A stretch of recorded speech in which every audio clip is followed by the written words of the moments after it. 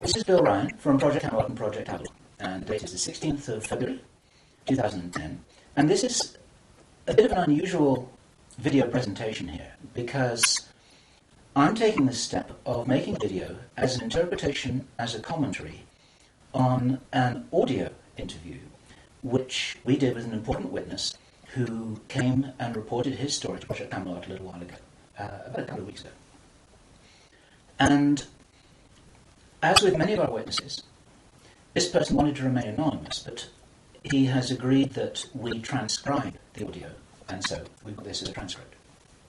And this is going to be released at the same time as the video, because it's important to be able to read the transcript at the same time as you're considering what I'm saying about it here. And as we come into this story, you're going to understand exactly why it's important to get all the information, to hold it all into a very fine balance. Now, this is a British person, and he worked in the British military for a number of years. And after he retired from the military, he worked in the City of London, in a fairly senior position, in a respected position, in the City of London. And for those people watching this video who don't know about the City of London, the City of London is like an enclave. It's like a financial enclave in the heart of London itself. Some people consider it almost a little bit like the Vatican. It's very old, it's very ancient. It's the heart of the financial system, not only of Britain, but possibly the world. Many researchers consider that it's very likely that the City of London calls the shots on financial systems in America. They've got control over the Federal Reserve, the Bank for International Settlements, a whole bunch of things that happen. This is like the nerve center of the financial world. And it's very Masonic, it's very ancient, very traditional. And our source attended a number of meetings with senior Masons.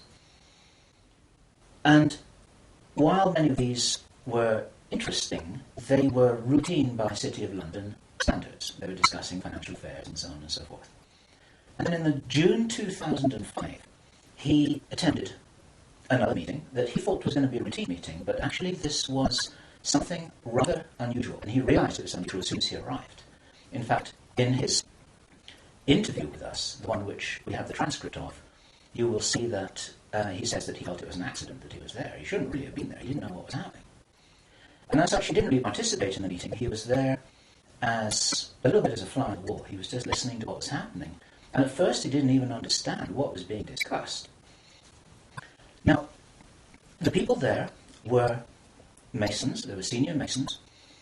They were about 25 or 30 people there, including senior politicians who Most people in the UK would recognise my name. I do not know who they were.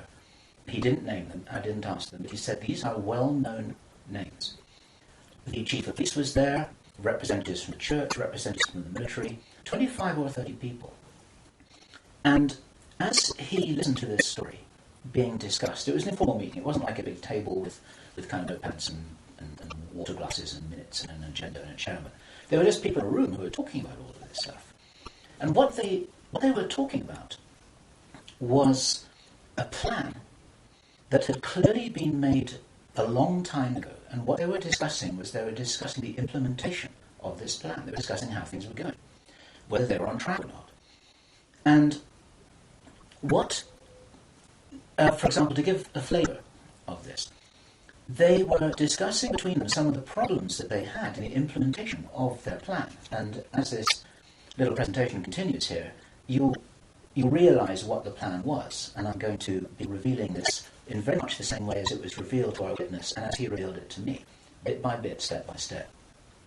The first thing that he heard was they were talking about the fact that Israel didn't look as if it was getting prepared to attack Iran anytime soon. This was a problem. Even back in June 2005, they were apparently concerned that what it was that was planned on some kind of a timeline wasn't rolling out according to schedule, and this was an issue for them. So that attracted his attention very quickly, because he'd never been in a meeting when this kind of thing was discussed. Then they were talking about China, and how powerful China was getting, both militarily and financially, very quickly, and that the Japanese weren't doing what they were supposed to do, which was to interfere in some way with the Chinese financial system. They weren't doing that, and this was another problem because China was getting too strong too quickly.